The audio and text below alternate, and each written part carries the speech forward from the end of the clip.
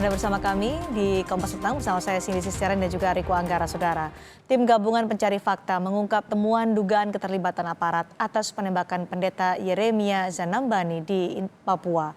Mahfud MD menyatakan temuan ini akan ditindaklanjuti dengan proses hukum oleh Kepolisian Republik Indonesia. Tim gabungan pencari fakta penembakan di Kabupaten Intan Jaya mengungkap temuan terkait penembakan pendeta Yeremia Zanambani. Berdasarkan investigasi yang dilakukan tim pencari fakta, ada keterlibatan aparat atas penembakan pendeta Yeremia.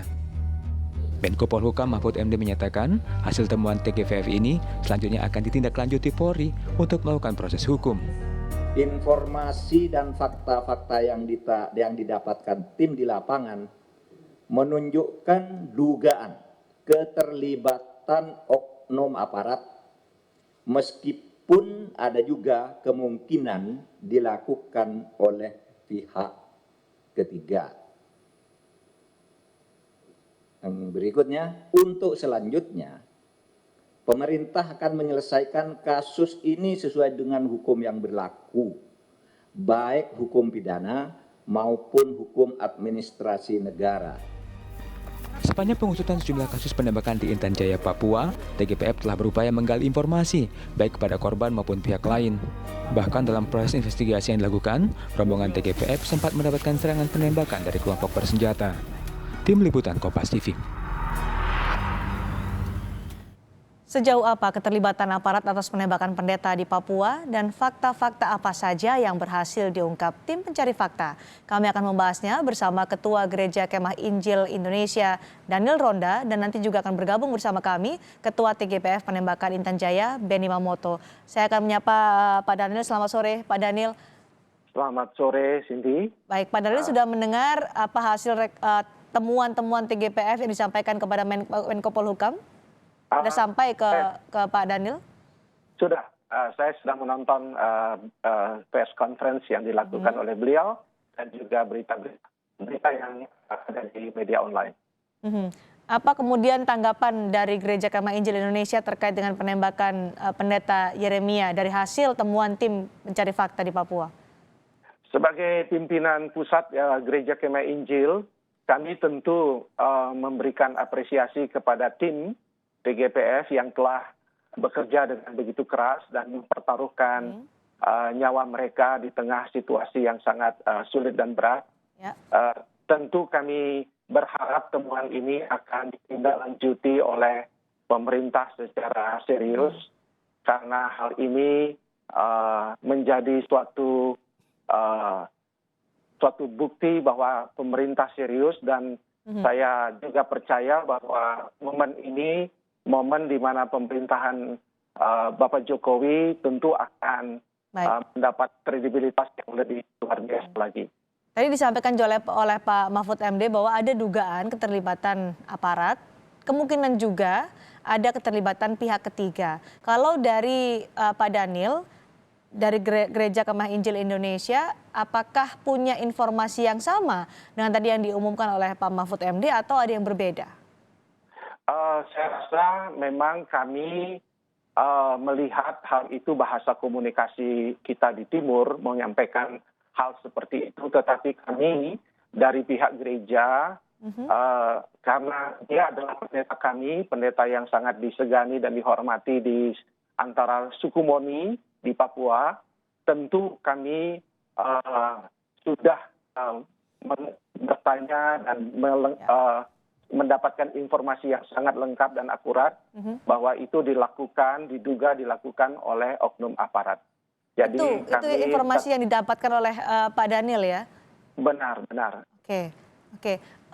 Ada kedugaan keterlibatan aparat, itu adalah informasi yang didapatkan oleh Gereja Kemah Injil Indonesia, tapi lebih detailnya seperti apa terkait dengan penembakan pendeta Yeremia itu Pak Daniel? Saya rasa hal ini sudah selaras dengan temuan TGPF, tetapi juga tentu kita mengerti ada hal-hal psikologis sehingga ditambahkan hal-hal kalimat-kalimat seperti itu, tetapi yang jelas kami berharap dari pihak gereja tidak ada lebih daripada pemerintah cepat melakukan upaya-upaya karena kami percaya bahwa jemaat kami, umat kami di sana cinta damai, dan bila pihak-pihak yang bersalah kemudian datang minta maaf saja, saya menjamin sebagai pimpinan pusat ini akan selesai dan ini justru akan membuat kredibilitas daripada pemerintah itu sangat luar biasa. Baik. Jadi kami sungguh berharap hal ini bisa diselesaikan dengan baik dan cepat. Memang kami juga berharap bahwa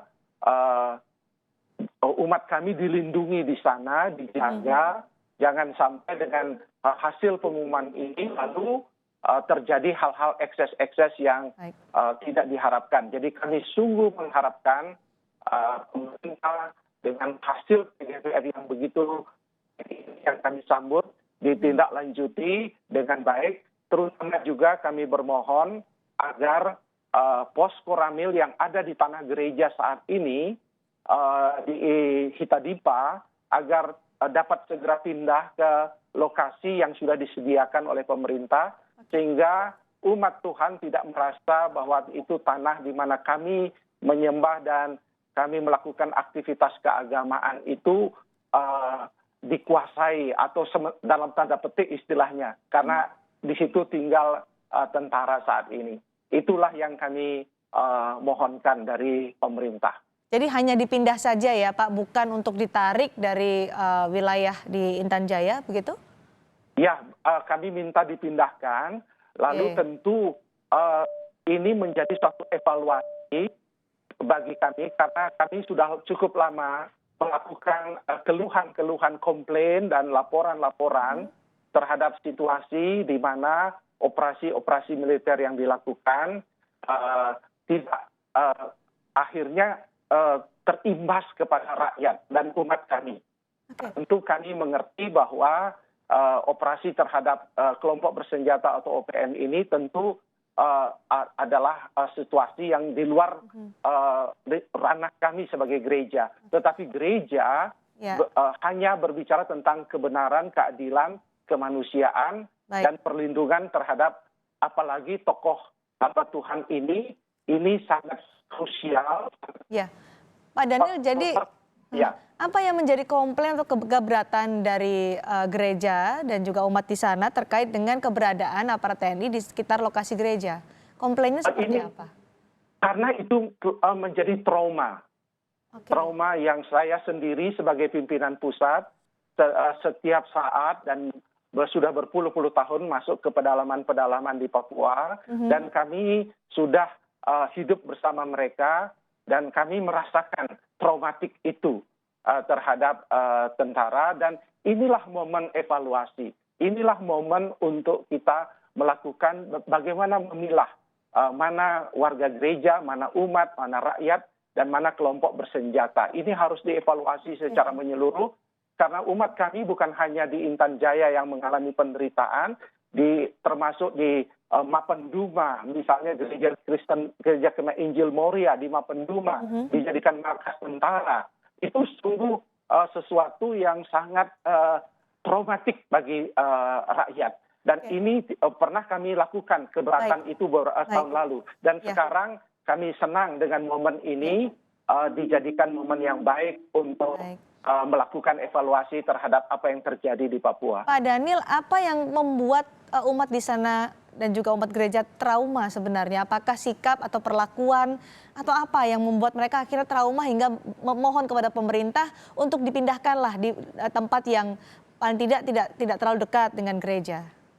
Ya, tentu seperti yang saya katakan dalam wawancara sebelumnya, maka saya berharap aparat TNI melakukan pendekatan kultur, budaya, sebagaimana yang dilakukan oleh Pak Gus Dur dan juga Pak Jokowi. Dan pentingnya pemahaman budaya. Sebab tanpa pemahaman itu, akhirnya dilihatnya, rakyat itu pun dilihat sebagai musuh kelompok bersenjata. Padahal itu bukan. Nah, inilah yang menjadi trauma yang berkepanjangan di tanah Papua. Sehingga suara ini, suara mungkin kecil dari gereja, tapi kami mohon hal ini didengar. Kami mohon hal ini diperhatikan. Kami sungguh tidak ada ingin menyalahkan institusi TNI atau apapun. Kami hanya ingin supaya semua ini dievaluasi untuk melindungi rakyat kita sendiri, umat kita sendiri. Nah, inilah yang menjadi suatu panggilan gereja, panggilan kemanusiaan, panggilan untuk menyatakan kebenaran. Dan saya berharap dari pernyataan itu yang sungguh saya hormati, supaya ini nantinya diterjemahkan dengan satu tindakan-tindakan yang cepat, rekonsiliatif, bukan suatu tindakan yang kemudian akhirnya justru menambah luka. Itu yang kami harapkan. Apakah juga ada ancaman kepada umat gereja, Pak Daniel? Sampai sejauh ini tidak, tapi kami kan belajar dari pengalaman yang lalu, itu yang kami ingatkan, itu yang kami minta pemerintah semangat di Jakarta, harap dibawa ini sampai di Papua, dan kami berharap komando, struktur, semua seia satu kata, sehingga di lapangan sama dengan apa yang menjadi keputusan pernyataan-pernyataan yang ada di Jakarta. Kami sungguh menghormati hal ini, dan terima kasih kepada Pak Medi yang juga memimpin tim ini, dan kami sungguh berharap independensi dan niat baik pemerintah ini akan menjadi suatu hal yang menjadi hal rekonsiliasi yang besar nantinya di Papua untuk permasalahan di Papua. Sudah bergabung juga dengan kita saat ini adalah Ketua Tim Pencari Fakta Penembakan Intan Jaya, Pak Benny Mamoto. Nanti akan saya perdalam kepada Pak Benny terkait dengan temuan fakta dari Tim Pencari Fakta adanya dugaan keterlibatan aparat dan kemungkinan juga pihak ketiga dari penembakan Pendeta Yeremia. Selepas jeda, tetap bersama kami di Kompas Petang.